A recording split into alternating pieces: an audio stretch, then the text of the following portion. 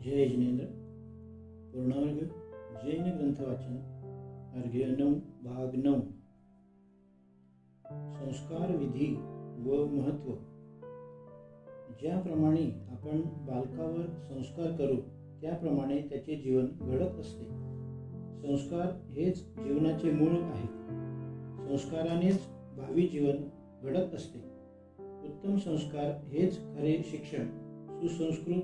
सुसंस्कारक्षम समाज किंवा नागरिकच राष्ट्राचा स्वतःचा उत्कर्ष करू शकतो। राष्ट्राचे भावी नागरिक सुसंस्कारमय सुसंस्कृत करण्याची जबाबदारी आजच्या समाजाची प्रत्येक नागरिकाची मोठी जबाबदारी आहे। बालकांवर जीवावर गर्भात आल्यापासून संस्कार केल्यास त्या जीवाचे कल्याण होते, जीवन सुखमय होते। त्यासाठी संस्कार विधी समजून घेऊन त्याप्रमाणे संस्कार केल्यास अमूल्य गुणभांडार प्राप्त झाल्याशिवाय राहणार नाही। आपला भारत देश हा संस्कृती प्रधान व संस्कारयुक्त आहे। खऱ्या संस्काराचा विधी व महत्त्व जाणून घेऊनच प्रत्येक मातापित्यांनी संस्कार करावेत।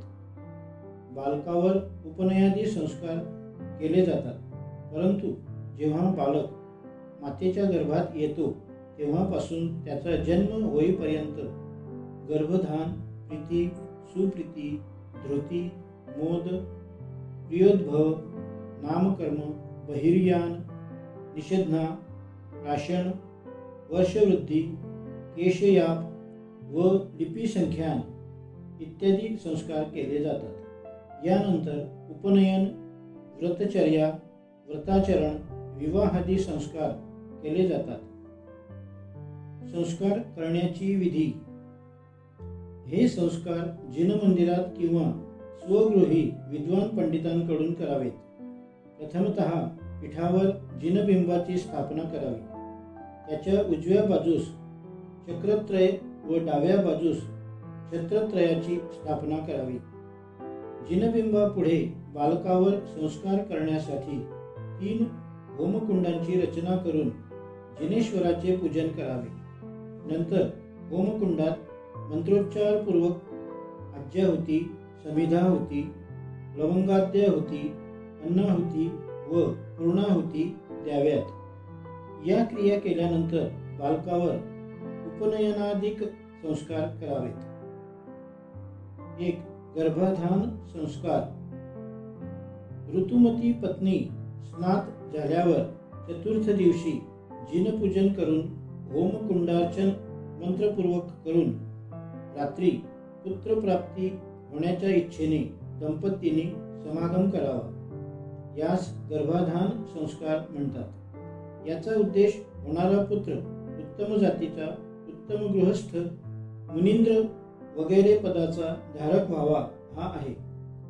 मंत्र: सज्जाती भागी भव, सद्गृही भागी भव, मुनींद्र भागी भव, सुरेंद्र भागी भव, परमराज्य भागी भव, आर्हंत भागी भव, परम निर्वाण भागी भव।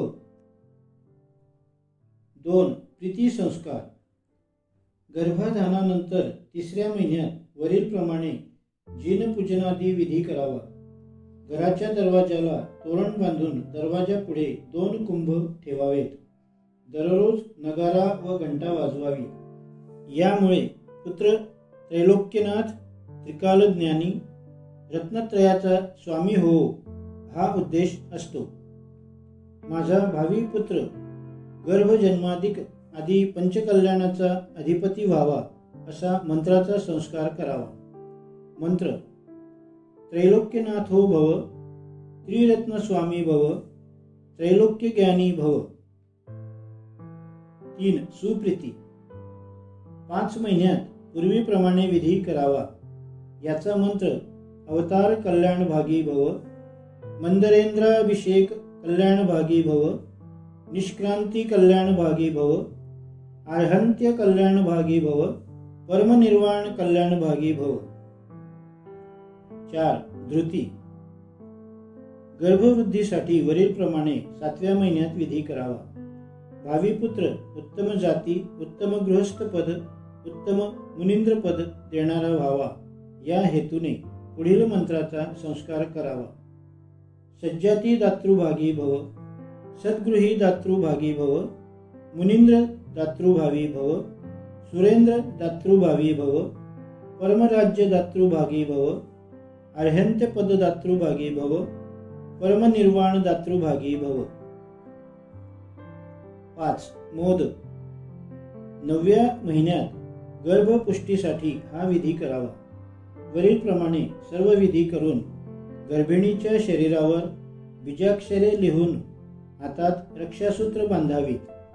आपला पुत्र सज्जाती व सद्गृहस्थाचे कल्याण करणारा व्हावा अशा अभिमंत्राचा मंत्र म्हणून तेथे संस्कार करावेत. मंत्र.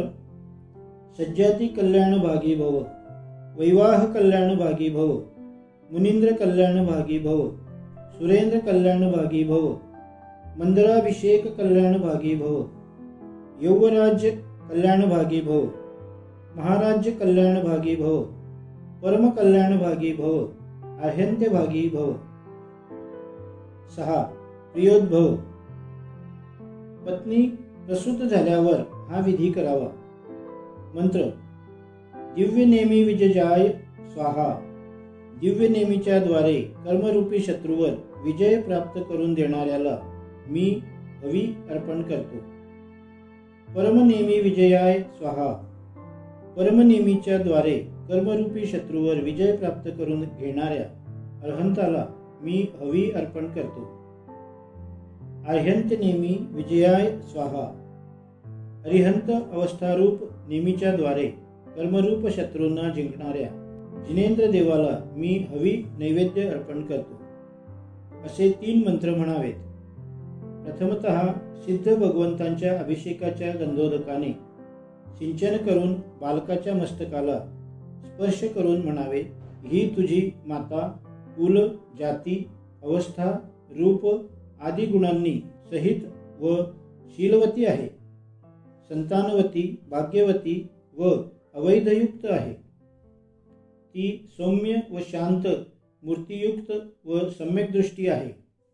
हे पुत्रा, या मातेच्या संबंधाने तू देखील अनुक्रमाने दिव्यचक्र, विजयचक्र व परमचक्राची प्राप्ती करून घे व सर्वांना प्रिय हो.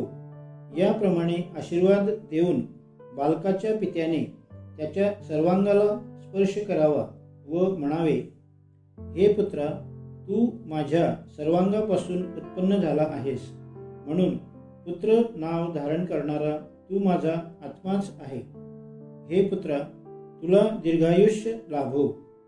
यानंतर दूध व तूपरूपी पवित्र अमृत त्याच्या बेंबीवर टाकून घातींजयो भव अर्थात घाती कर्मांना जिंकणारा हो हा मंत्र म्हणून बाळाची नाळ कापावी.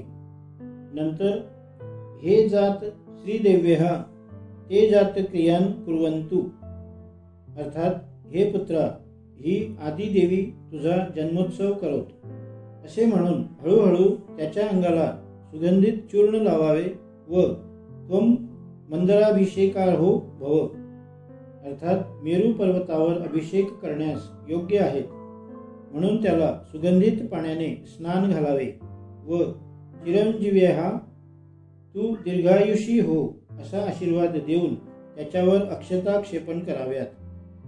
यानंतर नश्यात्कर्म मलंकृत्स्नमम अर्थात तुझे सर्व कर्ममल नष्ट होवोत हा मंत्र म्हणून त्याच्या तोंडात व नाकात औषधी मिसळलेले तूप घालावे.